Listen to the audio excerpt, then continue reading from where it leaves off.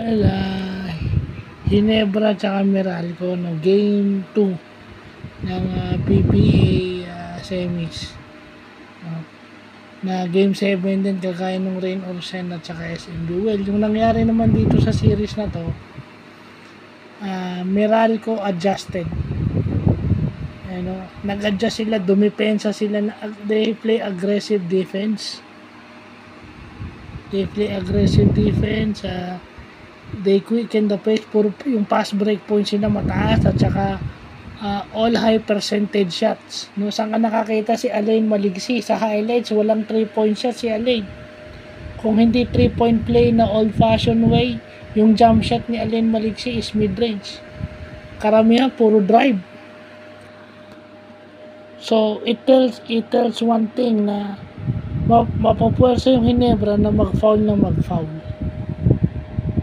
So nawawala yung aggressiveness nung Ginebra kasi drive yung Meralco, tsaka yung mga deflections nila, nakakuha yung Meralco ng napakaraming tapik, napakaraming deflections. If you recall, Rick Pitino nung nagko-coach siya sa Boston Celtics, sabi niya dapat sinasama na sa basketball stats yung deflections, yung mga tapik on defense.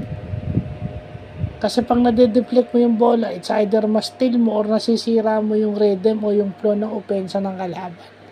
Marami nakuhang ganun yung Meralco. Although bumalik yung Ginebra dahil nakascore si Christian Standhardinger ng 41 points, nagkaroon ng late rally yung Ginebra. Hindi naman nagpabaya yung Ginebra, humabol kaso kinapos bandang dulo. At saka yun, kahit umiscore si Christian Standhardinger ng 41 points, ano lang ang ginawa nun? Idinikit lang yung laro. So 91 to 103, kaya naging 91 yun dahil si Christian Standhardinger merong 41 points, career high. So idinikit lang ni si Stan yung laro.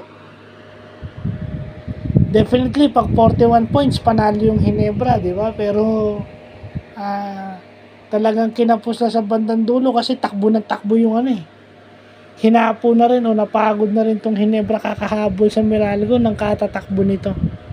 So yun lang yung nangyari ngayong Sunday sa Ginebra tsaka Meralco series, no. Maganda tong series ng itong semis ng PBA. Ngayon yung Ginebra Meralco 1-1.